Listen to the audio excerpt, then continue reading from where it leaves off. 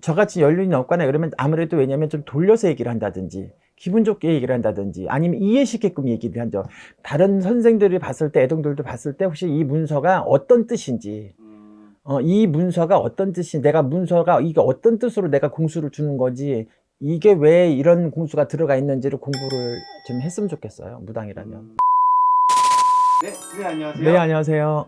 이번 시간에는 점은 애동제자에게 굿은 노만신에게 굿을 할 때 어떤 사람의 몫을 잡고 하는지가 중요하다. 굿에 있어서는. 네.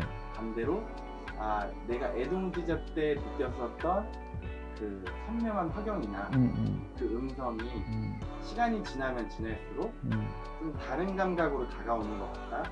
가끔씩 저도 점을 보면서 가끔 깜짝깜짝 놀랄 때가 있지만 뭐 예를 들면 어느 정도? 아니 그러니까 예를 들어서 뭐 어떻게 생겼다든지 어떻게 죽었다든지 뭐 이런 거 옷을 어떤 뭐 그 사람 죽은 사람의 성격이라든지 처음에 애동이 돼서 처음에 신을 모시고 다녔을 때는 내가 과연 무당일까? 내가 신의 제자가 맞나? 내가 어떻게 무슨 내가 어떤 능력이 있다고 내가 이 사람을 갖다가 이러고 저러고 내가 인생을 갈팡질팡 좌우지를 흔들 수 있을까? 그러니까 내가 자존감이랑 자신감이 안 섰잖아요. 그러니까 신에서 너는 무당이 맞아, 너는 신의 제자가 맞아, 너는 이 길이 맞아라고 왜냐면 자꾸 확인 주입을 시켜주는 거예요. 그러니까 자꾸 확인을 시켜주게끔 나 스스로 만족하게끔 내가 확인하게끔 만들어주세요. 너 죽어도 너 이만큼도 의심하지 말어. 너 무당 맞아. 너 이게 맞아. 라고. 나 할아버지야. 나 할머니야. 분명히 신은 있어. 라고 왜냐면 자꾸 주입구기를 시켜주니까 자꾸 뜻없이 보여준다든지 아니면 뭐 느닷없이 이런 말 저런 말이 나온다든지 그래서 사람들한테 확인시켜주는 거거든. 나도 말이야 눈물이 풀풀 나올 정도로 감동스러운 거예요. 아, 내가 이런 능력이 생겼구나. 라는 어떤 그런 것들. 근데 사실 이제 그게 애동만큼은 가끔씩 그럴 때가 그립기는 하기도 해요. 근데 이제 사람마다 또 나하고 인연마다 또 일집마다 또 깨끗하게 나오는 손님도 있고 그냥 또 뭐 정말 답을 얻어내려고 오는 분들은 또 정확하게 보여주는 분들도 있고 그렇거든요. 애동 때는 겁이 없다고 하잖아요. 그리고 또 기면 기고 아니면 맞아 안 맞아 이렇게 단명적으로 딱딱딱딱딱 결론적으로 얘기를 해줘 버리죠. 거침없이. 또 그렇게 주입 교육을 받았고 근데 이제 노만신들은 저같이 연륜이 없거나 그러면 아무래도 왜냐면 좀 돌려서 얘기를 한다든지 기분 좋게 얘기를 한다든지 아니면 이해시키게끔 얘기를 하죠. 같은 말을 내가 주입을 한다 하더라도 같은 말을 한다 해도 애동들은 아무 뜻 없이 그냥 머리 꽁지 다 빼먹고 중간만 딱 얘기를 해버려요. 그러면 예를 들어서 만약에 그러면 왜 못해요? 왜 하지 말아요? 그러면은 거기에 대해서 답변을 못하는 거예요, 애동들은. 근데 나이가 있는 분들은 경험상 왜냐면 이건 왜 하지 말아야 되고 올해 운이 어떻고 오늘 어떻고 왜냐면 알아듣게끔 설명을 해주기 때문에 그래서 애동들한테 거침없이 그냥 보러 다니는 걸 좋아하고 또 왜냐면 나이 먹은 무당들은 또 왜냐면 돌려서 얘기하기 때문에 아예 정확하게 얘기를 안 해줄 수도 있겠다 이렇게 생각하는 사람도 있고 굿은 노만신한테 한다. 애동들이 굿을 어떻게 할 줄 알아? 점만 볼 줄 알지. 그러니까 그래서 그런 말들이 있던 거예요. 뭐 점은 애동한테 뭐 굿은 만신한테 그만큼 노하우나 아니면 연륜이라든지 이런 것들 경험치들이 많았기 때문에 얼마든지 치고 나갈 수가 있잖아.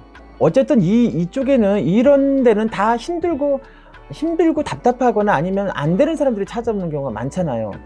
그러면 우리가 지금 잘 나가고 있는데 재수굿을 한다든가 그런 사람은 별로 없어요. 그렇죠. 뭔가 막막하고 답답하고 기로에 서 있을 때 굿을 내가 쥐푸르하게도 잡는 심정으로 조상이라도 내가 빌어보자 아니면 하고 그래서 굿을 하게 되는데 이 사람의 이 집의 원인이 뭘까? 내가 이렇게 풍파를 겪고 아프고 안 되고 힘들고 하는 그 원인이 뭘까? 그게 맥락을 잡는 게 제일 중요하죠. 옛날에 노인네들 할머니들 제 신할머니만 해도 글을 못 썼어요.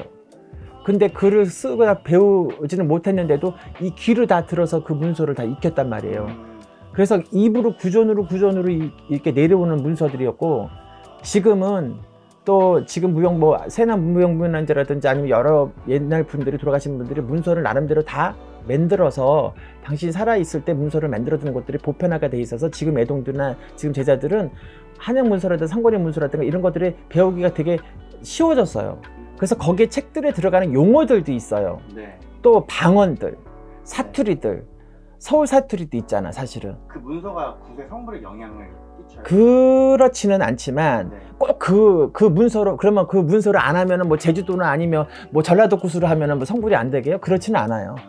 그러니까 그러나 우리가 문화라는 게 왜냐면 옛날부터 전통 문화라는 게 옛날부터 계승해서 내려오는 하나의 전통적인 거잖아요. 네. 문서가 됐던 무용적인 것든 무용이 됐던 뭐가 됐든 간에 그래서 그거는 옛날부터 내려오는 거기 때문에 지금까지도 그 문서를 이용하고 있죠. 근데 이제 지금은 한 가지 문서마다 이 문서가 무슨 뜻인지를 모르고 하는 애동제자들이 많다는 거지. 네.